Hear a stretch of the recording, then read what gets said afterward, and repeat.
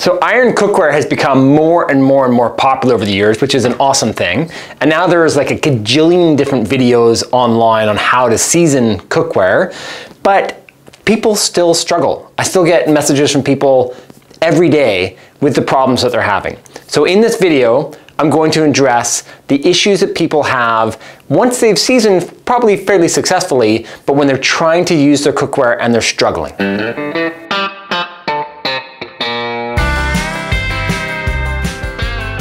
Hi, I'm Jed, this is Cook Culture. So the allure of cast iron and carbon steel iron cookware is to get a beautifully seasoned pan that will last forever and becomes relatively or pretty much non-stick. That's what we're looking for, is a pan in which is easy to use and easy to maintain. But if you're currently struggling with your iron cookware, I want to be really clear here. The iron cookware is not going to be the issue. I get people all the time that tell me, oh, there must be something faulty with my iron cookware because it's not doing what I expect. You can season all iron, and mostly all iron is going to become relatively non-stick. Okay, but what are these problems that people run into? There are four main problems that I find that people have, and I'm going to address these from the least common to the very most common. So number one is rusting. Number two is flaking. Number three is peeling or lifting. And the number one problem that people have trying to be successful using iron cookware is sticking. But let's back up a little bit. Let's start at the beginning. What type of pan do you have and how is it seasoned?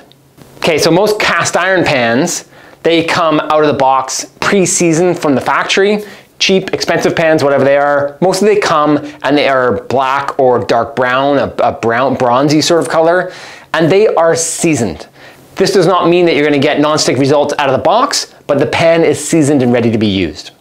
Okay, most carbon steel pans are a gray color, they're bare, they're non-seasoned, and they have to be seasoned by you at home before you use them. Okay, but let me just get a little bit geeky here. Seasoning has kind of two different approaches. It's all the same and you do it the same way, but pre-seasoning is taking a pan that is new, the brand new pan that you've just bought at the store, or carbon steel most likely, that is not going to be seasoned, and you need to pre-season it. You need to get it ready for cooking. Post-seasoning, which is most all the seasoning that you're going to do, is after you've cooked. You've washed the pan, you've scoured it down, you've got it nice and smooth, and you then post-season the pan. So pre-seasoning and post-seasoning is all the same thing. It's all seasoning. It's done the same way. But let's get into seasoning a little bit. And seasoning is not complex. If you're having a problem seasoning, it's probably because you're overthinking it. You're making it more complicated than it needs to be. Seasoning is very, very simple. It is taking a fat, it is heating on a pan that is polymerizing it, basically becoming a plastic, and adhering to the pan in the polymerization process, and that is seasoning. It's done with applying the fat, putting it to heat, and waiting for a certain amount of time and finishing the pan. That is seasoned. We're gonna go over how we're gonna season here. There are two different ways to season. There's a stovetop and there is in the oven. I'm gonna cover this quite quickly. I have lots of videos that go over this in detail, but we're just gonna go over this just so we all have a good starting point so that we know what seasoning is when we start talking about the problems. So before we talk about how to season, let's quickly talk about why we're seasoning. The number one reason why you season is to coat the pan to protect it. You are building a polymerization on a pan to stop it from oxidization. You do not want this pan to rust. You want to make sure that it's well seasoned. So the second reason that we build a seasoning, and what we're doing on top of that hard seasoning, is trying to get the pan to become non-stick. So seasoning is not the reason that it's non-stick, it's a benefit that we make the pan seasoned, and then the pan can become non-stick from the right way that we use it.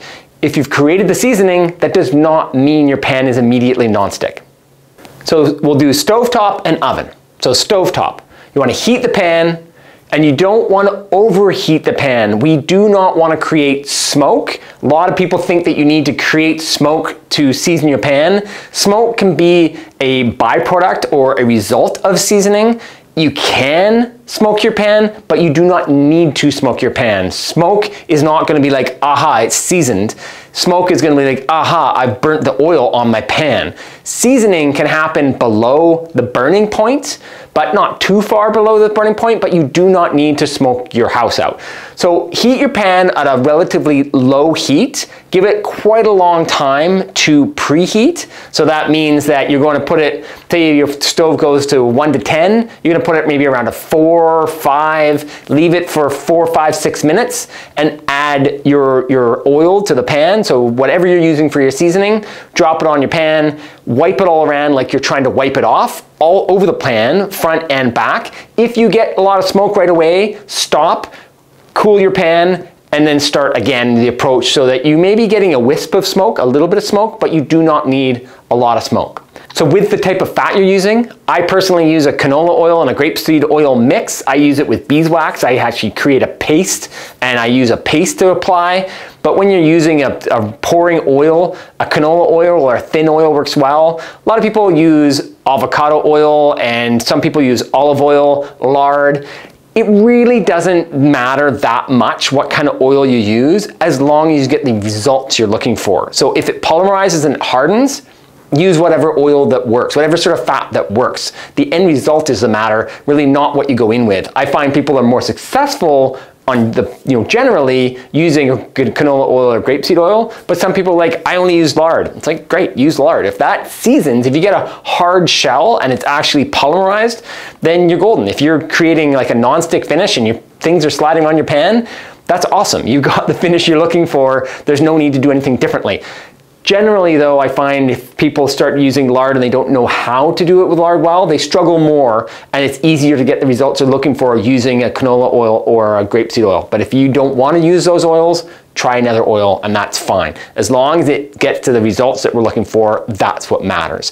So once you have finished polymerizing the pan and you've left it on the heat for 5 or 6 minutes to cook, you want to turn your heat down, turn it off, and let it dry and cool completely on the stovetop, and then you've seasoned. So that's your stovetop method, and you can do that multiple times, however many times you want. You can just start cooking right away if you want, if that works for you. Some people like to build a thicker seasoning, and that's totally great. Whatever works for you, whatever results are giving you what you're looking to do.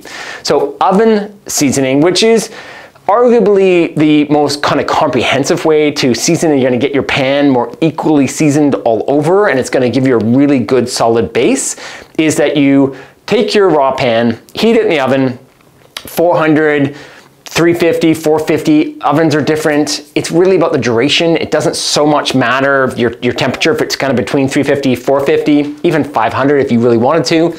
In an oven, I find with a radiant heat, even if you crank it at 550, you're not smoking out the pan. It's not the same thing as trying to cook it on a stovetop. So kind of go wherever works for you. The caveat to that is that if you overcook your seasoning, you can weaken it. If you carbonize too quickly and you're getting it black very fast, you can be degrading your oil, and that will become one of the problems that we're talking about, specifically in peeling and flaking. So that's where we're trying to find that medium approach really is the best way. So into a preheated oven, heat the pan a little bit, bring it out, coat the pan completely, very thin layer, get it back into the oven at a heated oven for an hour at that temperature. Let it cool in the oven, usually overnight is a good idea, and then either do that again or start cooking right away if you want. But building a nice deep golden color is a really good way to kind of start using your pan. That can come from two to five different finishes of that method through the oven.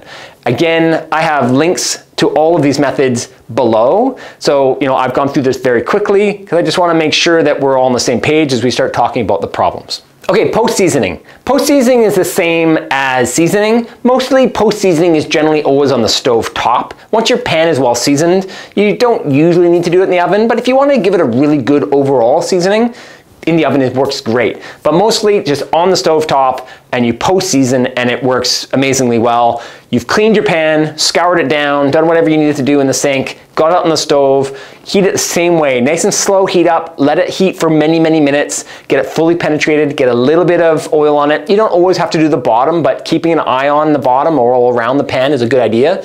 But get inside of the pan and then let it cook. Give it many, many minutes to cook. You do not need to be creating smoke. Just let it cook down, let it go from shiny to dull, turn the heat off, and you have post-season. Your pan is right ready to go for your next use. So you should now be in a brilliant spot. And this is mostly where everybody that I talk to gets to, and the problems then come from this point forward. So let's go over those problems again. Rusting, flaking, peeling or lifting, and sticking. Let's address each one of these guys. Okay, rusting. Rusting is a simple fix. If you have any sort of rust, it's orange or a tinge of yellow, or it's just getting kind of a funny color, blotching, this is because rust is happening. The iron has gotten exposed, some lack of seasoning, and you just need to get it seasoned. If you have the buildup of a bit of rust, scour it down in the sink, not a problem, it'll come off really easily, get it right onto the heat, get your oil on it and season, and do that several times and patch it, build your seasoning back up. But this is a you problem. You have created this problem, but don't feel bad. This happens all the time. Even once in a while I can turn a pan around and be like, uh-oh, I got a little bit of rust going on. It happens, so don't stress it, just fix it. So flaking. Flaking is something that people complain about all the time. Flaking comes from using too much heat as you cook. Too much heat is kind of an argument that people have. Some people love to cook their cast iron at a high heat. That's what they're gonna do, and that's totally fine. Cast iron can take it, it's awesome. But if you're gonna cook that way, realize that a lot of food will cook on. You'll get carbon buildup, and that flaking is going to happen. So the food is cooked onto the pan, and it's cooked and cooked and cooked, and then it starts to dry, and it shrinks, and it starts to peel and flake off. And then it's like, oh no, it's flaking, what's happening? My seasoning's coming off. It's burnt on food stuck on the pan that's coming off. It's not your seasoning is fine. Use a chainmail, use something like chainmail, if you don't have chainmail, like a steel wool, and work that pan hard. Get in there with some warm water, get the pan warm, and scour and scour and scour hard, and get that carbon off. Just work it off, work it off, work it off. You're gonna make a mess, and it's gonna all kind of come off and be bits and pieces all over the place, but just work it and work it and work it and work it until that pan gets smooth to the touch. You can feel it, it's smooth all over. So just make sure it's like an ice rink smooth when you're finished. Okay, peeling and flaking. This happens a lot when people first start using their pans after they seasoned. So they've seasoned successfully, everything's looking really good. They go to use their pans and their seasoning just peels off. This will come from too high of a heat and too fast of heating. So you've put your pan on, you're excited to use the pan, the seasoning's done, you're now ready to go, you're gonna get these wicked nonstick results. You get the pan on, crank the heat, it's hot, food on, and peels off, right? This happens because being impatient. So slowing down, turn the heat down, waiting a lot longer. I usually advise people to go 20% lower on heat and 3 to 5 times longer on the preheat. Just wait and wait and wait. Once that pan gets to a stable heat, you can just leave it there. It's not gonna continue to heat up. It'll just get to a nice stable heat. So you can wait and wait and wait, and that's totally fine.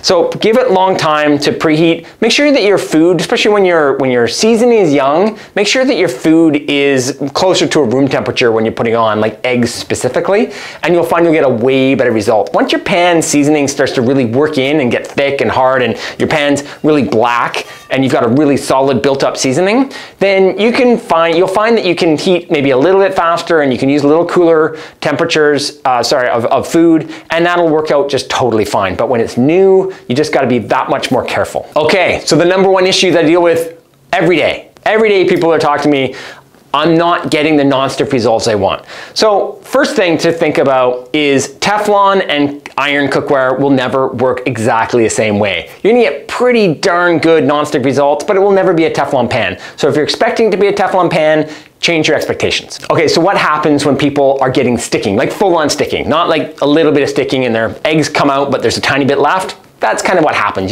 Sometimes you'll have a bit of food residue in your pan, not a big deal. Mostly everything's come out, that's to be expected, that's fine. But what we're talking about is like a full-on stick, like you've ruined your breakfast and you're now struggling and you're upset because this is happening to you all the time. So the issues that will happen here is that we've got either too much heat, we don't have enough heat, we don't have enough preheat time, we've got a weak seasoning, like we've talked about before. We've got too little fat. Fat is just part of using iron cookware. You just kind of need to. And very cold food, as we've talked about. So those are some of the issues, and it's usually a combination thereof.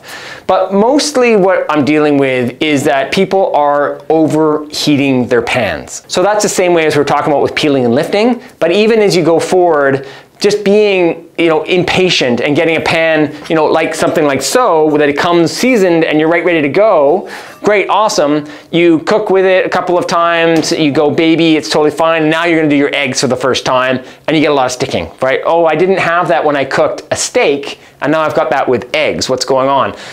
The fat in the steak is going to help you a lot more than no fat or less same type of fat that's going on within the egg. You need to make sure that the pan is at more of a precise temperature and that you have more fat in the pan. So it's just learning the process of the pan. But again, like majority of the time, bring your heat down, and waiting longer for your preheat is usually where that win is.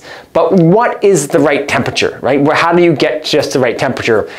There are ways of doing it. You can get a thermal gun, and some people use water to test the surface. Sometimes a seasoned pan doesn't give you exact sort of response when you're using a water test to try to get to the surface.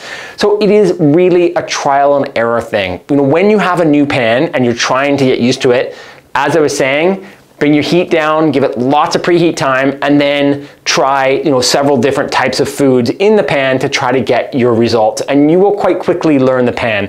But heat is the big issue here. So there you have it. Those are the problems and those are the solutions. I would say 95% of the time when I give people those solutions we just talked about, I don't hear from them again. Like usually I hear from people repetitiously, they're like, hey, I'm having a problem, I'm having a problem, I'm having a problem. And I finally send me some pictures of the pan, let me see it, I want to understand this. I give them whatever my advice is and they disappear. And then, hopefully it is that they've been successful, I hope, because usually I continue hearing from them if they're not. So I hope that helps with you. I hope that solves any of your problems. If you still are struggling after all of this, I welcome you to send me an email. Totally fine. Send me an email. I'm happy to look at your pan. An email is best because I need to see a picture of your pan. Send me a picture with that email, help in the subject line, send me a picture of it, and I will quickly be able to diagnose what's going on and hopefully send you on your way to success. So any questions, any comments, please throw them below. Thanks so much.